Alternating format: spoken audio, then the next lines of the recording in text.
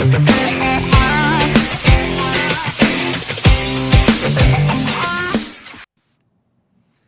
afternoon, everyone, and good morning, wherever you're watching. And we are on again with Tech Backstage, another design thinking show. That's our fourth one this week. We are on a roll this week, talking everything about design thinking, how companies are using various methodologies to really connect with people, to understand the underlying needs of people, not just at a transactional level, but at an emotional level, which ultimately creates more stickiness. And we're learning how organizations are using these principles to design their products, to design their organization. And we're not going to do that any differently today.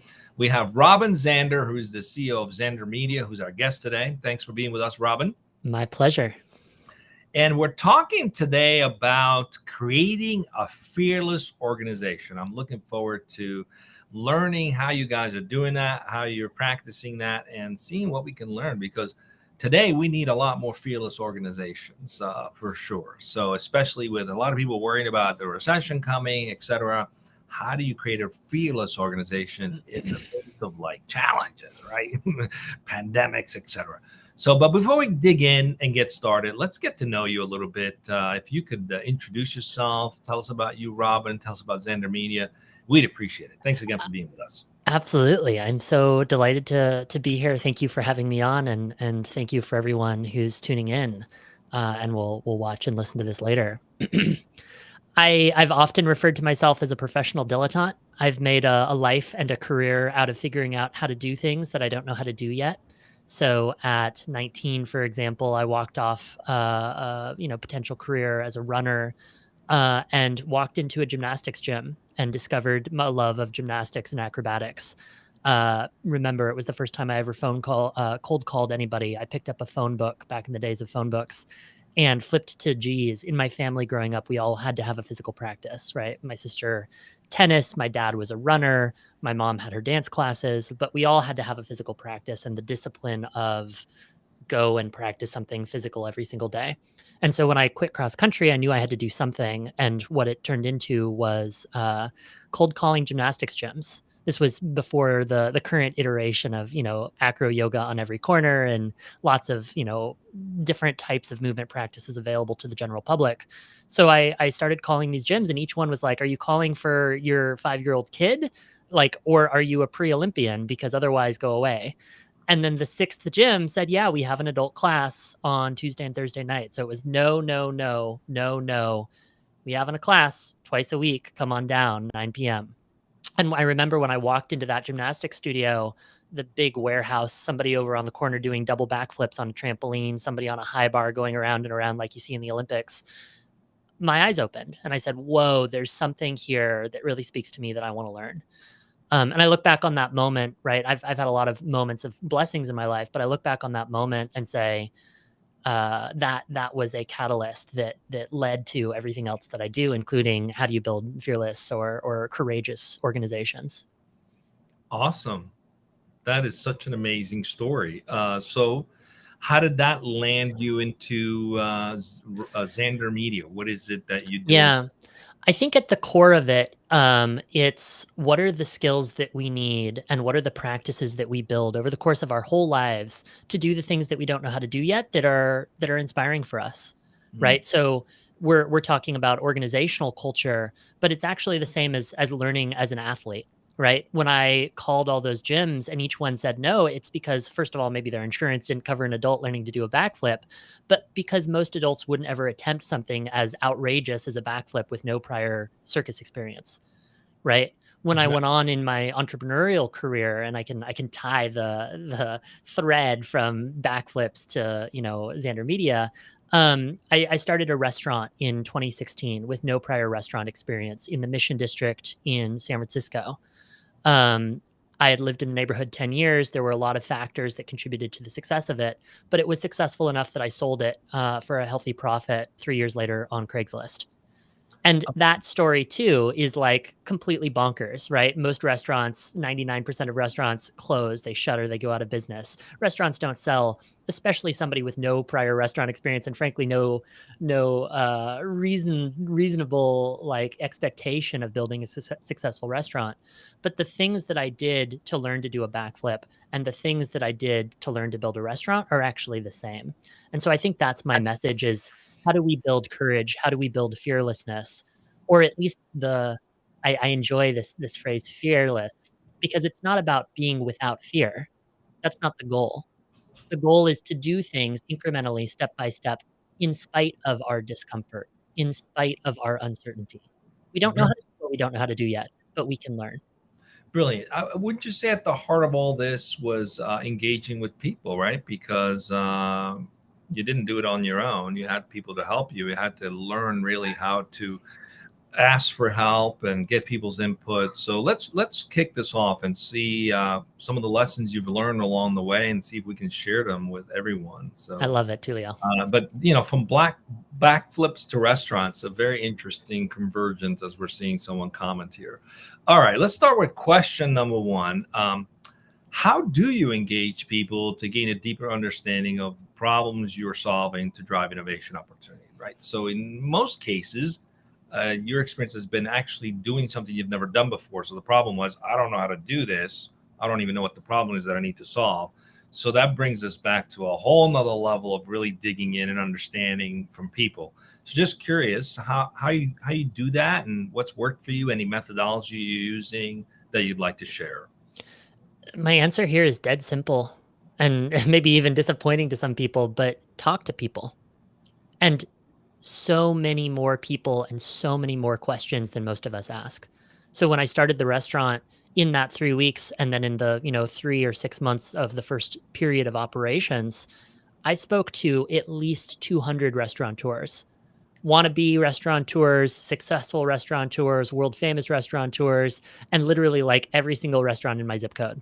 I walked in and I said, "Hey, who owns this joint?" or "Do you own this joint?" And I learned to recognize them because, right, like the owner of a restaurant sweeps the floor differently than an employee does. And I would just ask a couple of questions. Similarly, in my work today, so Zander Media is about a 10-person video production company specializing in like just exquisite client testimonial videos. We build fearlessness within our organization by talking to my people, by really getting to the heart of what, our head of video, Angela, or what Jonathan, who I've been working with since 2017, really wants in his life, at the company, in his family, at large. And by really getting to the heart of the human, that's that's how we can learn both Okay, what the person wants and what the organization needs. that's a great segue into our next question, which is what challenges have you had to overcome to increase collaboration amongst employees, and what has been the impact on innovation? What I mean by that is not everyone is accustomed to engaging and asking questions and going really deep in trying to understand the underlying motivation and intrinsic needs of people. Most of us have built some kind of experience about an industry or a way of doing things, and we think we're the experts, and we go with a narrative into how we should solve a problem. And we ask questions that support that narrative versus asking the questions that will inform the narrative. So I'm just curious about what challenges you might have faced in helping people transition from being, let's solve the problem before we understand the problem. If you could share that with us, anything that you've learned that's worked for you, that we would love it. I think this one comes down to self-awareness, right? So we all have blind spots. We all have moments of reactivity in ourselves. At least everyone I've ever met does. And then when I notice myself being reactive or when I'm noticing myself being scared, right? So what was it in that moment when I called all of those gyms that inspired me to call the next gym, getting told no and literally the third time getting laughed at. Um or the courage to go knock on the doors of all of those restaurants and say, "Hey, I'd like to speak to the owner. I'm opening up a restaurant in the neighborhood and I have a bunch of questions." Right? A lot of that fear for me in my life came from early childhood experiences of bullying, Mm, right? mm. We all have a history that we bring to the table. And the more we sit into that history and look at ourselves and really reflect what's coming up for me. Oh, I'm afraid in this moment. Or, oh, I took that risk and maybe, there was a negative consequence, when we reflect on what's going on and ask ourselves the question, why, then we're able to be more courageous and ask those questions that really make a profound difference. So have you attracted employees that already embody those self-awareness skills, or have you had to help people understand themselves in order to be more open, more vulnerable? Because it does take a lot of vulnerability to be able to go and ask people for their opinion and their thoughts. So just curious how you go about it. How do you get that collaboration to happen, even internally within the organization? I mean, I'm blessed with an incredible group of people, both in the internal team at Zander Media, in my previous businesses, and in our clients and ecosystem. Like I look at the people that I'm surrounded with, and I really just have nothing but gratitude. And there's that take a best guess when somebody comes to you, and then try it out, right? Angela, our head of video, was working, a job that she didn't like, doing kind of menial video editing. Responded to an ad on Craigslist, and flash forward 4 years, is now leading our video department, and my right hand at Zander Media. Uh, that's that's the best possible outcome. Um, but it is a matter of supporting the people in their own introspection and in their own self-awareness journeys too. And sometimes that works out and sometimes it doesn't. But inviting them, right? What we can do, the phrase I often use is um, love, guide, let go, right? Love them, show up with empathy, show up with kindness, guide, invite, inquire. And then ultimately it's up to each person to decide their trajectory and their relationship. Yeah, brilliant. Okay, so let's talk a little bit about your business at Zender Media. So you obviously engaged with the marketplace, identified an opportunity, identified a gap, identified a problem that you guys are solving, and then you have all the employees that engage and learn from each other. So question number 3, how do you synthesize all the learnings to inform, for example, a prototype of your solution in the marketplace that solves the problem you were originally solving? How do with brilliant minds, you got a lot of ideas, a lot of thoughts. How do you distill that down into something that's actually tangible? How do you guys do that? I think speed is a huge competitive advantage. Iterating quickly, and it's something, I don't know if it's something I was born with, or it's just something that I've been practicing, both as an athlete and as a business entrepreneur, a business operator for so many years. But cultivating a culture that can respond really quickly. Hmm. Um, Give you a very concrete example So from. I'm just curious, share with us how you've been able to do that. For those who might be struggling with getting the organization to act to move quickly, what's worked for you, for your company? It's a good question, and I don't have an answer that is necessarily applicable to everybody. But I think the question of how do we build the psychological safety into an organization Hmm. that then, give a concrete example from Zander Media, we're in the middle of flattening our organization. So we've had, some amount of hierarchy just across a small team of 10, as I said, and we're reshaping that. And I brought that to the leadership team yesterday. And in about 10 minutes, the four of us said, okay, cool, we're going to be restructuring in these ways. And it happened even faster than I could have guessed or could have hoped. I came prepared to the meeting. I had some ideas in mind. I truly wanted the opinions of the people that I was consulting with. I didn't come with an ulterior motive. But ultimately, as I look back, it's because of the 5+ year relationship and history of trust that I have with each of those individuals that meant that we as a team could move so quickly and come up with good ideas and iterate. Similarly, Yeah. in my life as an athlete, and this is why I come back to this idea of fear. It's not that I'm uncomfortable when I'm trying a new athletic skill, or that I'm not uncomfortable, right? I am uncomfortable, but it's the willingness to push the edge, because I'm not trying to do something that's going to kill me, right? I'm doing something around the edge of what is currently possible. If this is my skill set, I'm like right on the edge, on the outside, pushing the boundary of what's possible.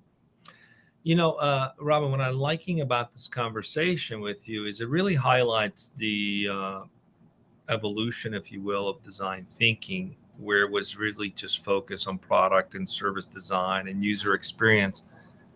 And when you apply emotional intelligence principles into design thinking, specifically empathy, it really opens it up to a whole new way of solving people problem, not just product and services, but organizational challenges, and just getting people to grow as well and step into that. So I'm just curious. One of the things I'm hearing very loudly is invest in building relationships.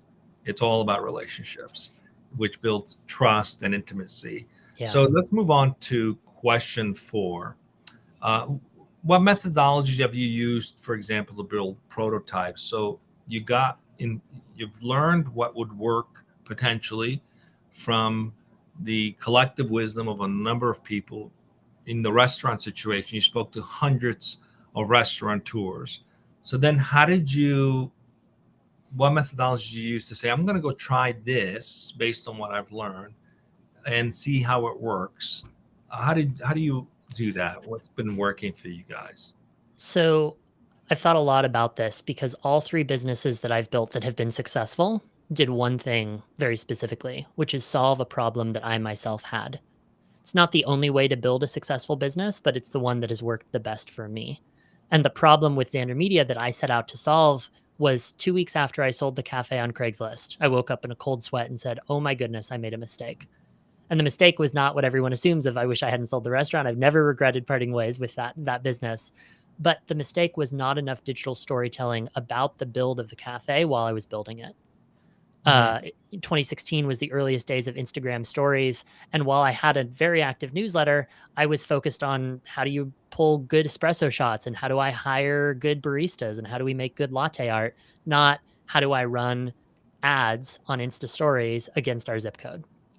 And that's a problem that founders and entrepreneurs and a lot of businesses of all stages have is they're busy on their core product and so they don't focus on their digital storytelling.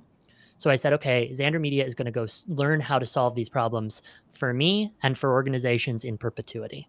That's the thing. That's what we're going to go do.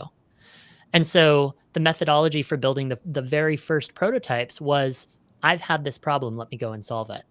Of course, we've continued to iterate since then. And fortunately, there are a lot of people in the world who've made video a lot longer than I have. And so I can go and talk to them. But it was as a business building a prototype that I knew at least I and other people who had done things like I had done up until that point might be struggling with too. It's such a powerful thing. A lot of companies struggle with the idea that you have to personally be connected to the problem. If it's something you're not experiencing yourself, at least empathetically get to the point where you feel what it's like to be in that person's shoes and to walk a mile in their shoes. And it's such a critical component to everything that gets done. Without that, you're just kind of like guessing, really. Let's move on to our final question. And I think you've touched on this a little bit, but I'm curious to hear how you keep the wheel spinning, right? Because this isn't just one thing, you do it once and it's over. It's a continuous process. So, how do you go about validating your prototypes, testing them, iterating them, fine tuning them? That goes back to solving the original problem. The key thing that we can agree to is the problem doesn't change much. It's still the same problem. Maybe it has different variations to it, but how you solve that problem and the desire for people to have that problem solved in a certain way does change. So Yeah. how do you keep up with that essentially? How do you work through that? We do a lot of things at Zander Media to continue to improve on our to iterate on our offerings. I actually personally have kind of the opposite problem. I have a strong novelty drive. I'm so interested in doing things that I haven't done before and learning how to do things that I don't know how to do yet. And so, in some ways, I have to rein myself in and say, what is the core offering at Zander Media? Because creating TikTok videos is a fundamentally different process than creating Super Bowl commercials, right? Have very different places in the ecosystem, right? Production value, the whole shaboodle.